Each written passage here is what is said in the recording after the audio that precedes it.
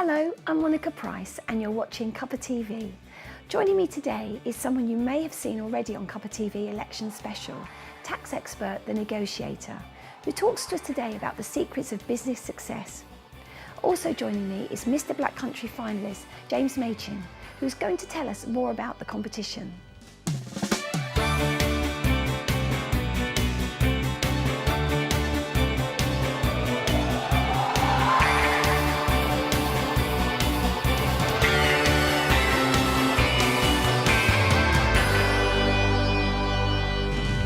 Let's welcome my first guest, a man who spends his life creating amazing wealth with his business and negotiating skills. We welcome the Negotiator. Hello, Negotiator. Thank you so much for joining me on Cuppa TV. So tell us a little bit about yourself. For those of you who've perhaps watched the election special, you were already come onto the show and joined me on that night then, which was just great. Thank you so much. So it's lovely to have you back. So tell us a little bit more about you now. Well, in life, you don't get what you deserve, you get what you negotiate. And in life, money is power. But I started off many years ago, actually in Harlow, which is where I was born in Essex. And Essex is a great place. There's loads of money around, loads of cash. And there never was a recession over there because it's so economically buoyant. Then after a few years, my father got a good job and we moved to Stevenage, so I moved up market. And went to the School of Hard Knocks, and that's where I started negotiating, because the best negotiators in the world are children. And the reason is they don't care about the future, they don't care about who they upset, and they're utterly ruthless. And that's really where I got the taste for negotiating. And this is something that I really developed through my teenage years into the University of Life. And then on into business, where I set up a number of businesses. And when you were younger, did you notice, were you aware of your ability, your negotiating skills at quite a young age? Yeah, really through getting in trouble. I got in a lot of trouble as a youngster. You know, I used to get sent to the headmaster, sent to the head teachers, and I was always negotiating away with punishments, this sort of thing. Chatting up girls as well, that's an important negotiation. Certainly learnt a lot there. I learned very quickly when you asked a girl out for a date, the first thing you had to do was build a relationship, which is exactly the same as negotiating. So it's something that's really carried right the way through. And these days I've got a whole arsenal of different tactics. Good guy, bad guy, old Mother Hubbard, madman's advantage.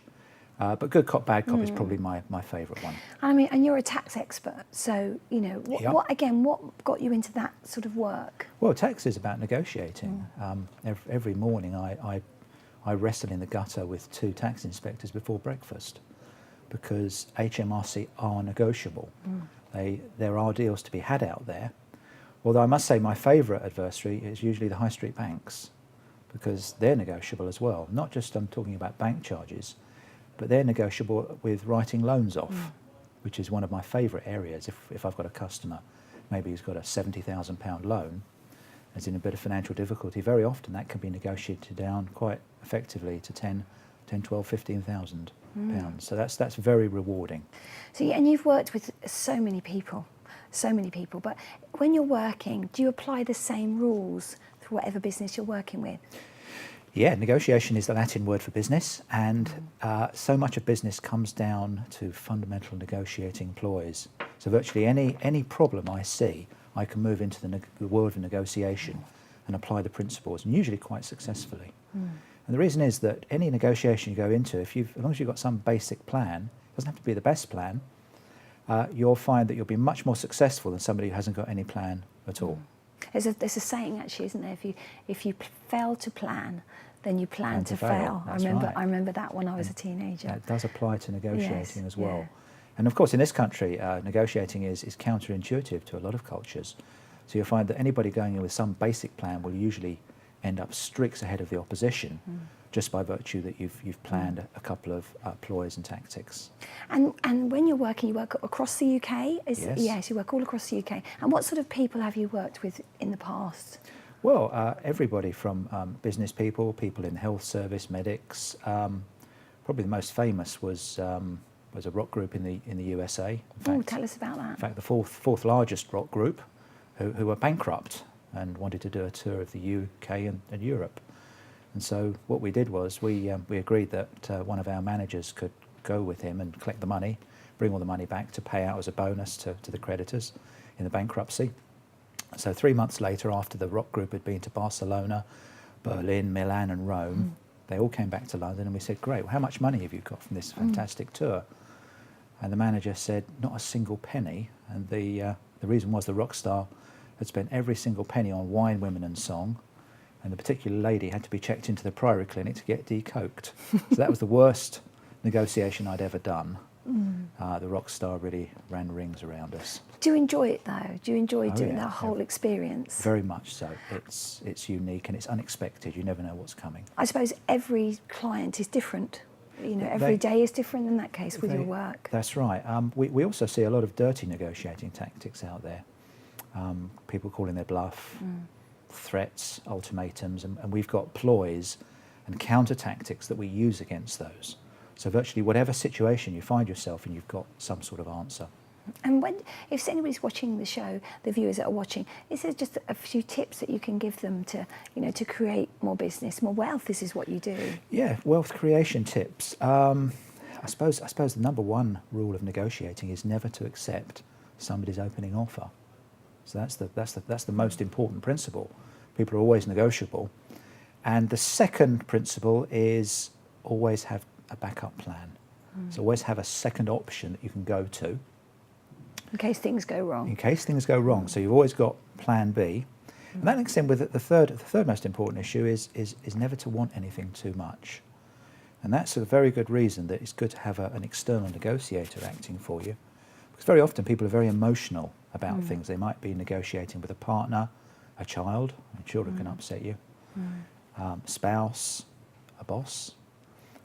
And if you've got somebody who isn't emotionally involved, they'll get a much better deal than somebody who's very wound up by the situation. And I mean, I can relate to that because, you know, people we're watching will relate to that as well. Emotions play a big part, don't they, in any kind of transaction.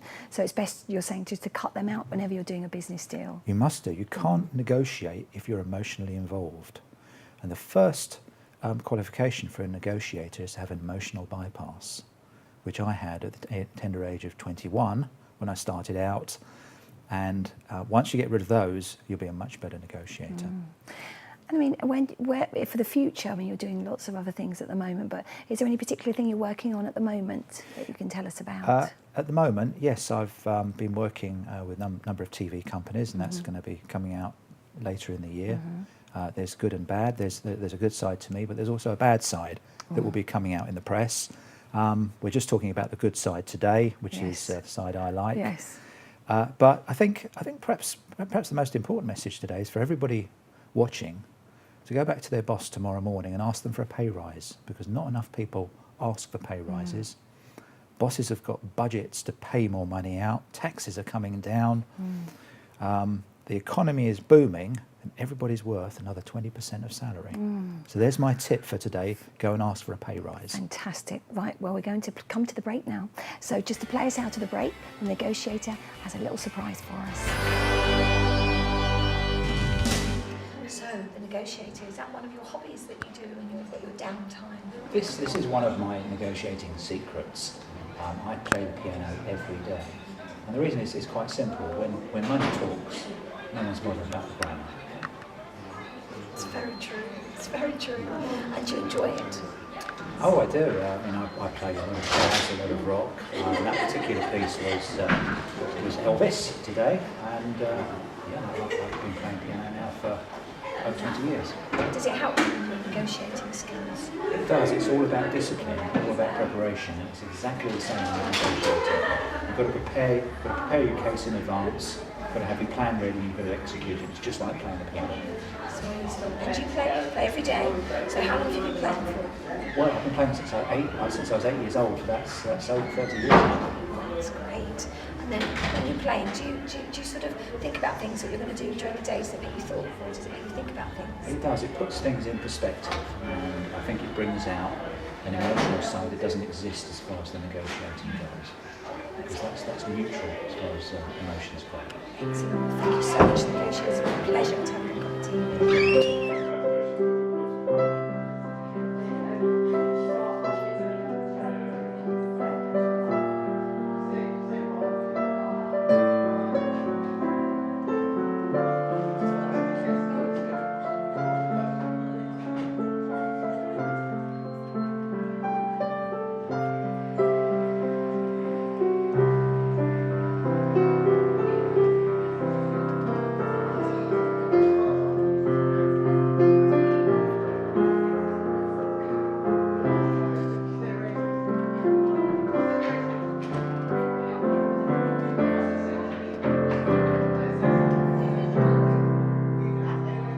It's my way or the highway.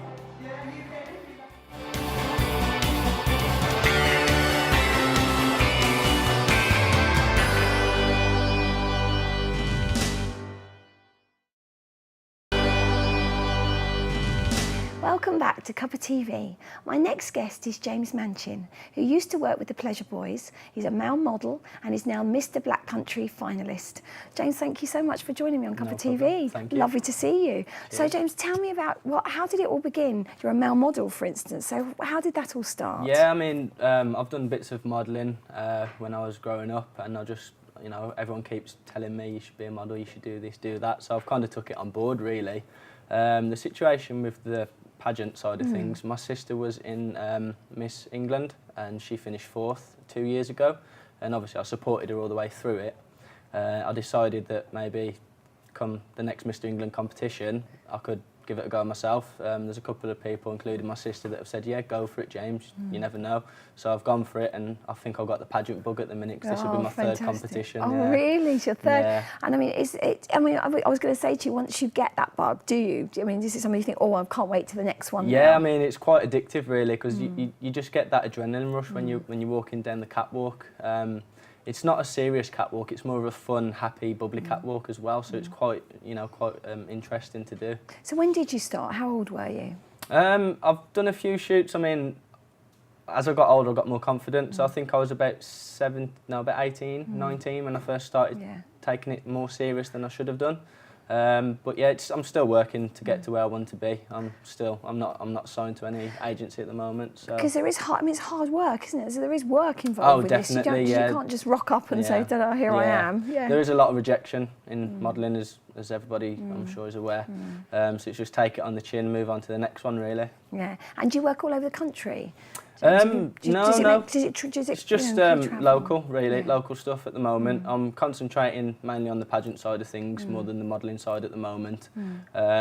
It's just a great way. I see myself more of an ambassador at the moment. Obviously, if I was to win a title, hopefully the Mr. Black Country title, I can be a great ambassador for the city and the town that I live in. So you're from the Black Country, I'm from the Black Country, yeah, from West Bromwich. Yes, and your parents, presumably your whole family? Yeah, whole family, born and bred. So are they very supportive of what they're doing? They are very supportive, yes. So tell us a little bit more about the pageant, because we've had actually a Miss Black Country finalist on as well. So tell us a little bit more about the male side of things. How does it work? Yeah, I mean, it's quite similar to the female side of things. We all do the same rounds on the catwalk. It's just that it's not as popular as the Miss side of things. I mean, it's getting there. It's a great opportunity to, put yourself on the next stage, next step. And it's also great to help the communities as well. I mean, it's not just about modelling and catwalk and fashion and stuff. It's more about charity side as well. The Miss World charity is Beauty with a Purpose. And that goes through for the Miss and the Mr. England, and then the Miss and the Mr. region or category that you fall into. So there's a lot of charity work into it as well. So I mean, that's the main thing that we kind of look at as well. And why do you think the Mr. Black Country isn't as popular as the Miss Black Country? I'm not too sure. Popularity, yeah, I mean, it's a hard one, really. I think with the male side of things, it's I'm guessing a lot of guys have got friends that would be against it, so they're kind of like, they might deep inside want to do Perhaps want to do it, yeah, but then maybe the friends are like, oh, what do you want to do that for? So it's just a bit of a stepping up your confidence to actually pursue something. I mean, if you want to do it, do it. That's what I did. Because you need to have confidence, obviously, to be able to walk down the catwalk and talk to people and everything. Yeah. And when you're doing that, do you have another persona? Do you turn into another James Machin? Yeah, I mean, I kind of just focus on one thing, and for me that would be winning and becoming a great ambassador for the Black Country. It's something that I've always wanted to do. I've competed with Mr Birmingham and Mr Nottingham this year already, finishing third in Mr Nottingham. We've got your sashes here on the table. Yeah, sashes are all on the table great, there. So, I mean, I'm hoping I can just go that next step and secure a place in the Mr England, and it's going to take a lot of hard work. I was going to say, a lot, as we said, lots of hard work. And you also used to work for the Pleasure Boys, who've also been on Cuppa TV. Yes, so, I was a Pleasure Boy. I stopped working there really in November. I still keep in touch with the guys. They're a good bunch. I'm still in frequent conversations with them. Yeah, so yeah, that was pretty good. I should imagine they're very supportive of what you're doing. Oh yeah, very now. supportive. Yeah, very supportive. They're a great bunch of guys. Yeah, there's more than the eye meets with those guys, definitely. Yeah, well, when we had them on, we were talking. Again, a lot of hard work, goes into to keeping in shape, nutrition. We were speaking about that. And do you? Is it the same for you as a model? I mean, you've got to keep yourself in shape. Definitely. I've kind of slipped off the ball a little bit with my fitness, nutrition side of things, but I wouldn't say I'm unhealthy. I'm getting there.